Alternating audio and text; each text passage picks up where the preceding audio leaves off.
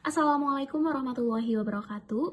Perkenalkan, nama saya Niti Sarendriani dengan NIM 4444240015 dari kelas 4A. Saya akan menjelaskan mengenai pengujian kadar air menggunakan metode konstanta dielektrik pada bahan pangan. Dalam analisis bahan pangan, komposisi seperti kadar air dan kandungan lemak sangat mempengaruhi kualitas produk, termasuk tekstur, stabilitas, dan umur simpan. Salah satu metode yang dapat digunakan untuk menganalisis sifat bahan tersebut adalah menggunakan metode konstanta dielektrik. Metode ini merupakan metode tidak langsung yang memanfaatkan respon bahan terhadap medan listrik. Konstanta dielektrik adalah ukuran kemampuan suatu bahan dalam menyimpan energi listrik ketika berada dalam medan listrik. Nilai ini sangat dipengaruhi oleh komposisi bahan, terutama kandungan air, karena air memiliki konstanta dielektrik yang jauh lebih tinggi dibandingkan komponen lain seperti lemak, protein, maupun karbohidrat. Oleh karena itu, perubahan kecil dalam kadar air dapat memberikan perubahan yang cukup signifikan terhadap nilai konstanta dielektrik suatu bahan. Prinsip kerja metode konstanta dielektrik didasarkan pada interaksi antara medan listrik dengan molekul penyusun bahan. Ketika suatu bahan ditempatkan dalam medan listrik, molekul-molekul di dalamnya akan mengalami polarisasi, yaitu pergeseran muatan listrik akibat pengaruh medan listrik tersebut. Polarisasi ini dapat terjadi dalam beberapa bentuk, seperti polarisasi dipol dan polarisasi ionik. Molekul air yang bersifat polar memiliki momen dipol yang kuat, sehingga ketika dikenai medan listrik, molekul air akan berorientasi mengikuti arah medan listrik. Proses ini menghasilkan respon listrik yang besar, sehingga meningkatkan nilai konstanta dielektrik bahan. Sebaliknya, komponen seperti lemak yang bersifat nonpolar sehingga ketika diuji tidak memberikan respon yang signifikan terhadap medan listrik. Oleh karena itu, bahan pangan dengan kadar air tinggi akan memiliki nilai konstanta dielektrik yang lebih besar dibandingkan bahan dengan kadar air rendah. Selain itu, nilai konstanta dielektrik juga dipengaruhi oleh faktor lain seperti frekuensi medan listrik, suhu, serta struktur bahan.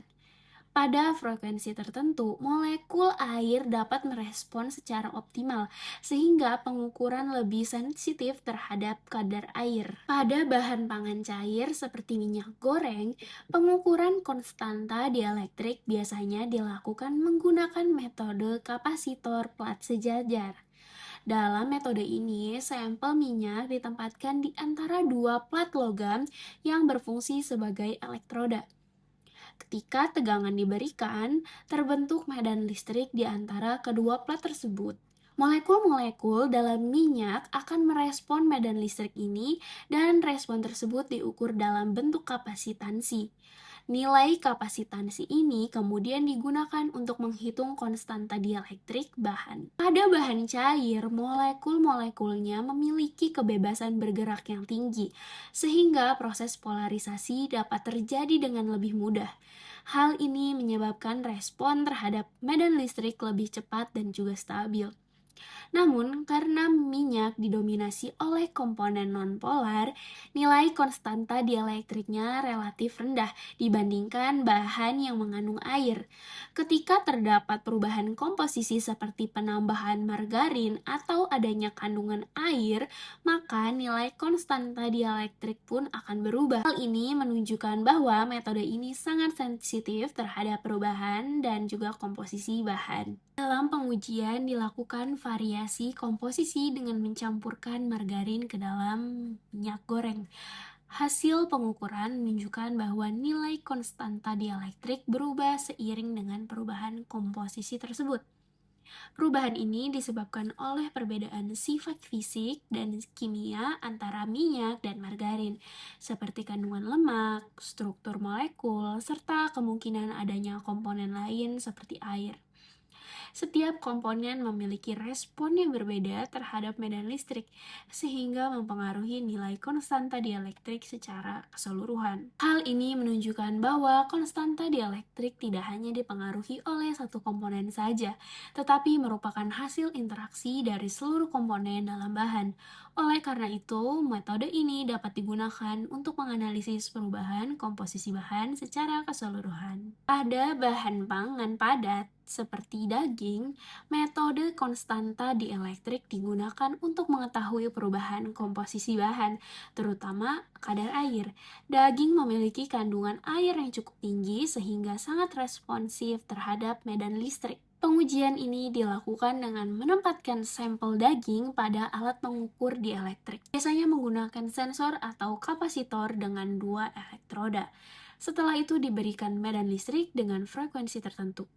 Molekul-molekul air dalam daging yang bersifat polar akan bergerak mengikuti arah medan listrik dan menghasilkan respon listrik.